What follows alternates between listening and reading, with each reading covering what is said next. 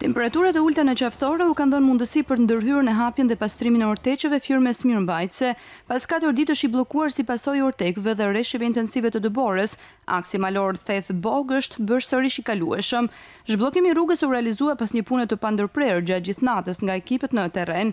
Aksioni u inspektua nga prefektja e Qarkut Shkodër Holta Duda së bashku me inspektorët e Agjencisë Kombëtare të Mbrojtjes Civile, të cilët ndoqën nga afër situatën dhe masat e marra për garantimin e sigurisë në zonë. Prej ditësh firma e kontraktuar për mirëmbajtjen e aksit e kishte të pamundur ndërhyrjen për shkak të rrezikshmërisë së lartë. Pjesa sipër rrugës është një shpatmallet shumë i madh me një sipërfaqe rreth 130.000 m2, që është pothuajse e zhveshur nga bimësia, dhe sapo kalon lartësia e borës mbi 40-50 cm, aktivizohen direkt rrëshqitja e borës për orteqet që quhen, dhe janë tepër të rrezikshme.